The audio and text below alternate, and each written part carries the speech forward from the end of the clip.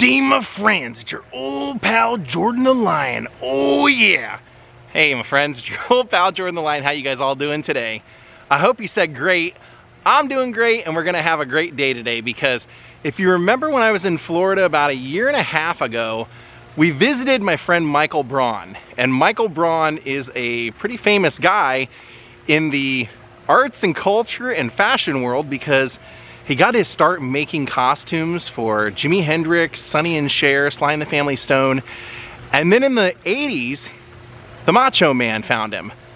I'll tell you, it's a very interesting way that the Macho Man found him, but Michael Braun will tell you how he became connected with the Macho Man, and we're gonna go out and talk to him because I was able to acquire something that the Macho Man once owned, and I want Michael Braun to help tell me whether or not he made it for the Macho Man. So, Daze with Jordan the Lion, it begins right now.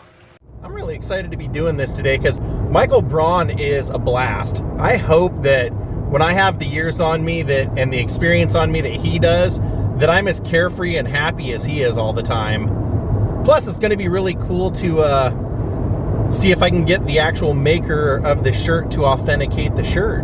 I guess the cat's out of the bag a little bit now. We do know it's a shirt. Hello, Michael Braun. Hello, hello. It's been a while since we've seen each other, but I was introducing you on my way here as one of my favorite people because you're just always in a great mood, and I love that about you. I'm glad I fooled you, and I'm glad you love it about me. Now, what I love about you is, you were so cool. When I first came out to Florida for my first vlog, I wanted to find the guy that made Macho Man's Clothes, tracked you down, and you were more than willing to let me come out, and then I was blown away to find out you also made Jimi Hendrix's clothes as well. Guilty, guilty. Now, you made clothes for a lot of years. You're retired now, so people are always saying, hey, can I get him to make stuff? You don't make stuff anymore. I don't make clothes. I make art, and I do outdoor shows in Florida in the season. I would love for people that didn't see our first video together. I was telling you, yesterday I was talking to the guy who has the biggest Macho Man collection in the world, and he said, I know who you are, Jordan, because Lanny Poffo sent me your video. Lanny Poffo was the genius in WWF, and he was also in real life Randy's brother, Macho Man's brother. Correct. So he loves the videos that we made, and I thought, I just bought something. I was hoping that you could tell everybody how you met Randy, how you got started working with him, and then you could take a look at what I have. Okay. How I got started working with him is that I had made clothes for Hulk when he was a thin, and really he wasn't thin, but a bass player in a local band, and the only thing you would get about him is that he was very tall. Pre-Hulk Hogan days. Way pre-Hulk Hogan days. So it's a local band, and they're playing in Florida, for like 5 or 6 days a week. They're going here, they're going there, playing. And then I hear he's a wrestler. Okay, he's a wrestler, and he is involved in all kind of wrestling things. I don't know about wrestling, and I'm not a person who's trying to beef up my bicep to show off my masculinity, meaning I got no idea what we're talking about. Yeah, and you always just made rock star clothes, right? Rock and roll people we made. And I get a call one day, and the call is, hey, the Hulkster told me you can make me some clothes. I'm going, who the hell is this? I don't know the voice, I don't know the person, I don't know what's going on here. I know there's a thing called wrestling on television, and I've, fanned the dials or whatever and stuff. Come tomorrow, I'm here noon to 6, I'll show you what we do, whatever. He comes with Miss Elizabeth, and he has the shorts that he was wearing at that time, 3 stars in the front, the 2-inch letters, Macho Man on his tush, and he says he wants this, I said, dude, I need real estate. I make crazy clothes for crazy people. I don't make shorts. I'm not doing this. And he didn't really buy what I was saying, but we got into the thing of, okay, let me get him some stuff to get him started. Yeah. So we do that. And then he walks in the shop one day, head down, he says, you can do anything you want. You can never say that to a creative person. Right. Never. That's the kiss of death. And that's not something Randy normally is known for. He's a control freak. Thank you. So you can do anything you want. I make him 5 outfits, and he never told me he didn't like this outfit or that outfit, whatever. He never said that to me in my life. And we're working in a 30-foot by 30-foot 6-car garage, concrete floor, industrial sewing machines, fabric everywhere, thread on the floor, messy, whatever. You know, patterns hanging everywhere. I mean, it's messy, is the kind way of saying it.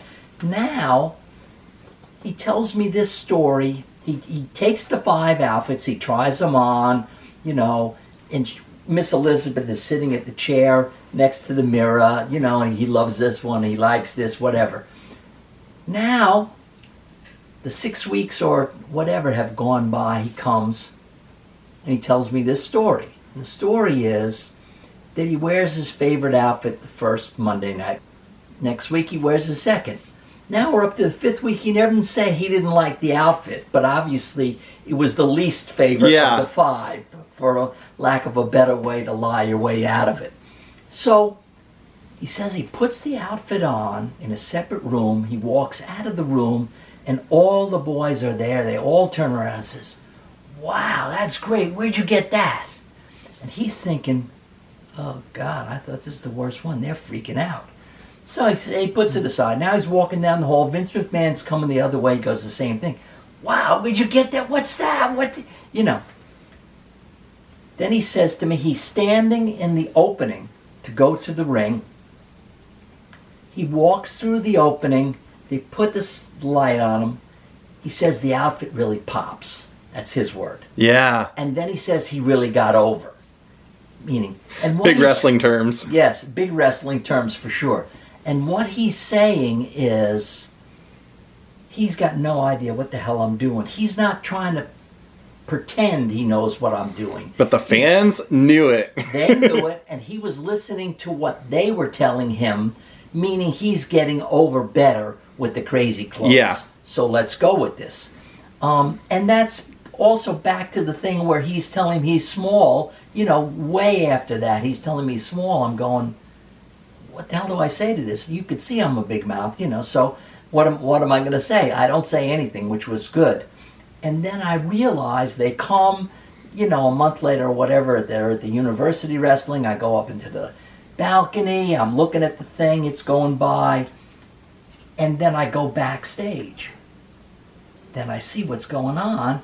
Here's 20, 30 guys or whatever, you know, and he's nowhere near the giant. Yeah. You know what I'm saying? And I would be a midget there at 5'7". Yeah. You know, you understand what I'm saying? So it's a relative thing that we're talking about.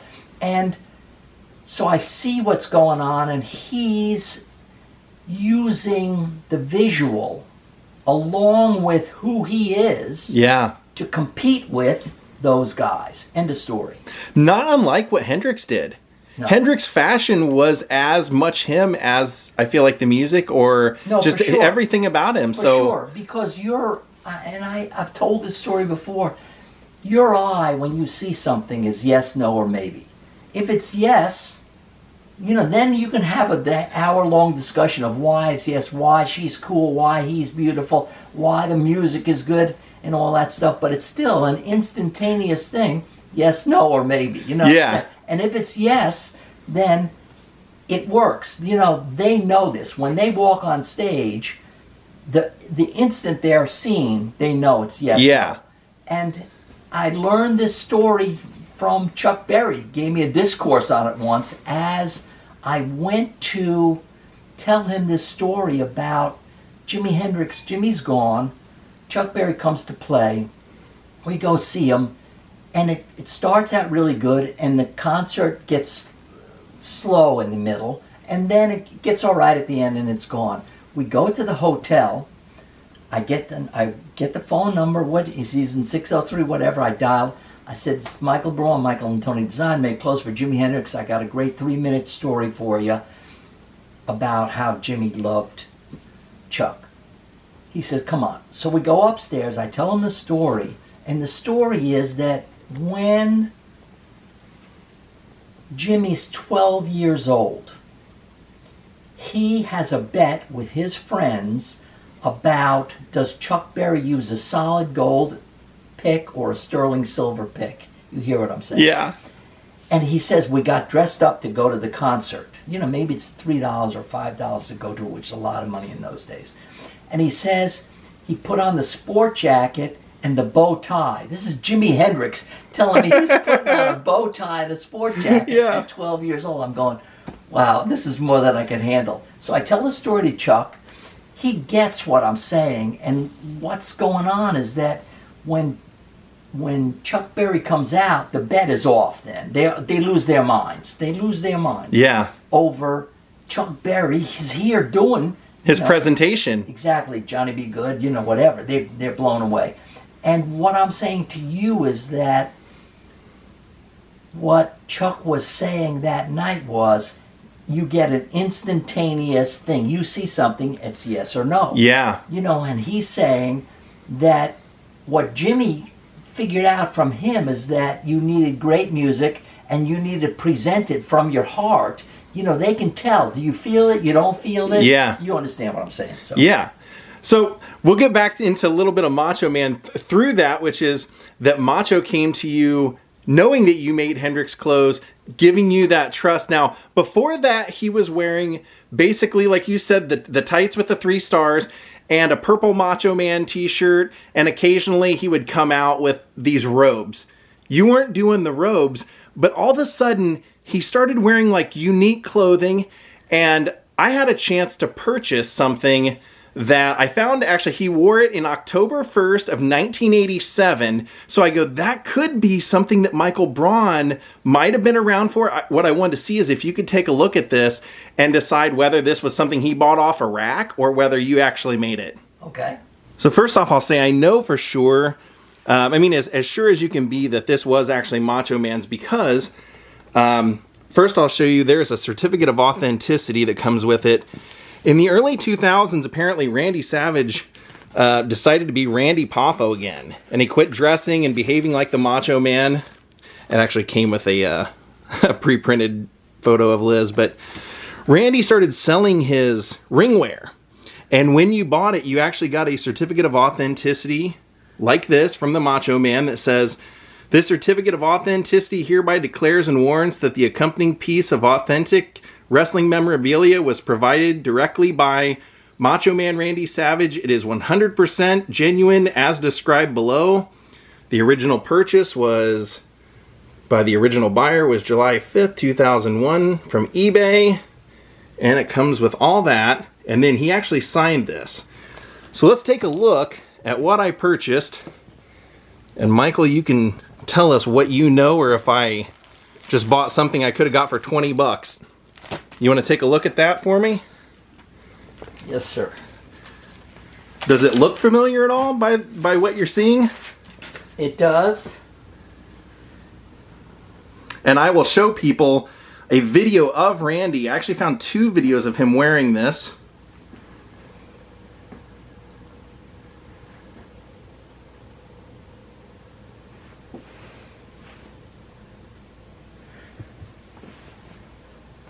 My recollection is, and there is where the label was, my recollection is we made this in the early days of him. There you can see it's also signed. He signed everything that he sold, he would sign it before it went out. Got it. Sorry to interrupt you, Michael. No problem, no problem. And all I'm saying to you is that this is the early days. I've seen this in a picture before. This is when we were just starting, before we got to the jackets and all the fringe and all that stuff. This is when we were starting. That's like a Japanese sun, is that how you would describe it, or what was your inspiration for that? No idea. I'm just playing. You're asking a real question of a fool, meaning I'm just playing making clothes. You know, you want me to put it into words or something intelligent, you're in trouble, brother. Totally.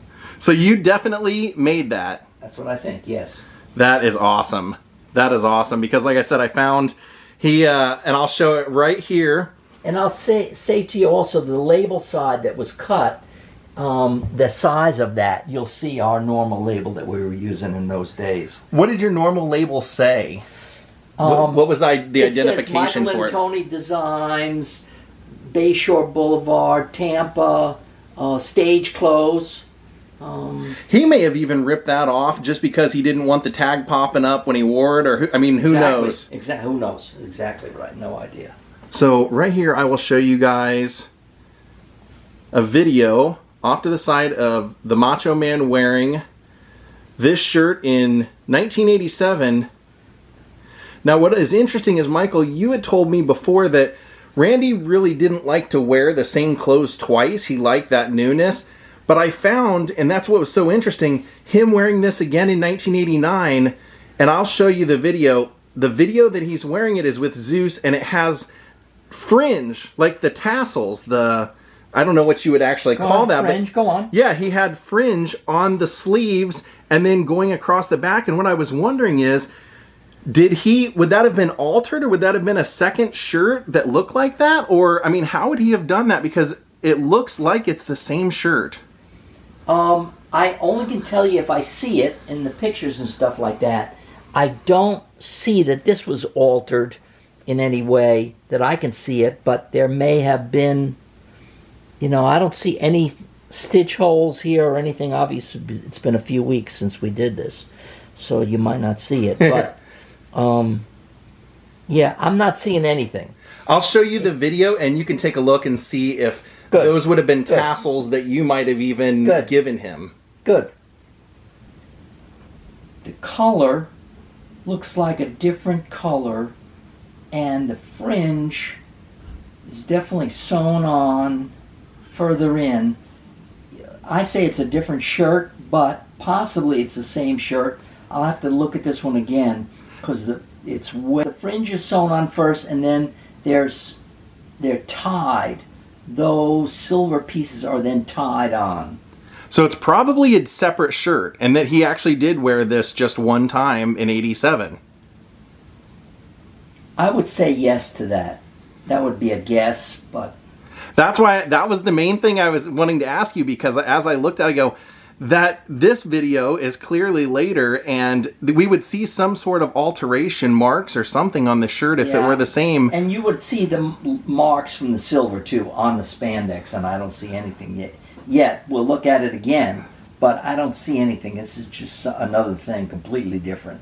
As we looked at it, we just noticed it looks like the neck on that shirt that he's wearing, and that was a little bit lower even. Yes, and if we look at the back of this, I don't see one mark at all. You would see where the silver was sewn onto it. You'd see the, just the use of, I don't see it at all. And what I love about this is that I got something. I'm going to keep trying to get the cowboy hat, the jacket at some point, but I love that I was able to find something from the very early point of you working with Macho Man. To me, that's so cool. Yep, I hear you. And just, that I got to meet you and your history. That was one of the big things when I got it. I said, I really wanted if Michael made it. And it's signed by Randy. I just thought that was also pretty cool. Yeah, very. I had sent Michael a listing of one of his jackets that's listed on eBay right now for $12,000. And when Macho Man started selling his stuff on eBay, I found where he was basically selling the cowboy hats for about $75 to $100. And now I see people in ring-worn fan groups doing the same thing. They're selling the cowboy hats for like $3,000 or $4,000. And we showed these before, but I figured, hey, for whoever didn't get to see the video before, he actually has some of Macho Man's clothes that Michael made for Macho Man. This is stretch velvet. Looking for labels. Still, I'm not finding the labels yet. Seeing if we can match up the width of the label. Okay, there's the label. So you wanted to say, it's on stage, designed by Michael and Tony, Tampa, Florida. There's the phone number. And that's a good point. Like we said, these were towards the end of his career, so these would have been early 2000s, and we're trying to match up the mid 80s. But correct. That's a really cool one. The problem that we had is that he would wear the wrong hat, wrong glasses, wrong shirt, wrong jacket, wrong pants, and I would have to say you said he didn't. to the girls, girl, help them. Put the one, just give them only the one thing to wear, or put them like no color coordination. No, he doesn't see what you're saying, and I'm not criticizing him. I'm just saying he sees what he sees. I'm seeing what I see. Elizabeth is seeing yet something else, you know. Yeah. Was he a cool guy when he came in to visit with you? And I mean, did you ever have any problems with him, or was he? No problem ever, number one. Number two, this is business, so he's there doing what I tell him to do. You know, put this on, try that on, walk over here, let me take the picture of this over there. So we're just playing along like that, and he's like sort of overwhelmed that I'm showing him some new thing. He's putting it on. Elizabeth would sit next to this mirror that was just leaning against the wall, and he would say, on the first outfit that he loves, he likes it, you know. He'd say, oh, I'm going to wear this to WrestleMania. We already did 4 outfits after that. Yeah. He's wearing all of them to WrestleMania. She's rolling her eyes, I'm rolling my eyes. You know, and what he's trying to say is this is cool. Yeah. But this is past what he's ever seen before, and he likes the way it looks on him. Yeah. He's a happy camper, so no problem at all, ever. This is spandex fringe sewn on here, tacked right there. Then... And that's what's on that shirt. So that's what's on the shirt. Different then, shirt, for sure. Then this comes through the silver, then it's tied in a knot. Oh, and okay. that's what's on. And you got zebra. Did you have zebra there? Boy, those are crazy. You know what I loved about, and I didn't realize it until I was watching videos recently, Michael, is that you made the bottoms of his pants always look like bell bottoms. With the fringe, it kind of had that bell bottom flare to it at the bottom. So the white pants that you just saw him in, there's the same print, but in aqua. There's the same print, but in reverse. So those the ones are that you have is much whiter. Oh, okay. This. Okay. It's the same screen that's doing the job. And you're seeing a lot of this on him. Outfits made with that material. Oh, it's kind of got glittery polka dots almost? Exactly. Oh, so that's what you use for the glasses. Exactly. So what it looks like is this comes off like this. Then this is very thin what's on there. Once you peel it off, it's backing. But you're seeing what it looks like. And you would just cut designs and lay them across the glasses. Exactly. And some of it I'm painting. I'm painting the design, and then I'm scattering. So I'm painting on here the fabric paint. Now it's sticky. Now I pour on it the glitter. And the fabric has been pinned to a board so it stays still. Now it dries overnight, and I wipe off what I don't need. You're seeing there's this stars and glitter falling off. Yeah. And there was complaints because his stuff was covered with this, that the people that take care of the ring were going, dude, the whole thing is glitter. What are you doing to me? This is filthy, you know. It's hilarious. So I started to put clear over it after that, you know, to behave. But obviously, you know, I'm lying when I say I'm going to behave. I think now we can definitely say that we know Michael made this and Macho Man authenticated it. Well, my friends, I hope you enjoyed today's vlog. I always love going and visiting Michael Braun, and today was no exception.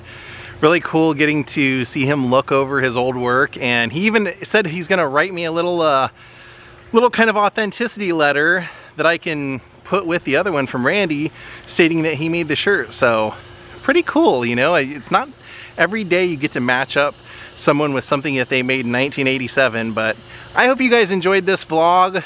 We will definitely have more videos with Michael Braun in the future, and definitely more Macho Man videos in the future. Thank you all for watching. Please hit the like button, please subscribe, and please ring the bell for notifications. We'll see you all next time. Ooh, yeah!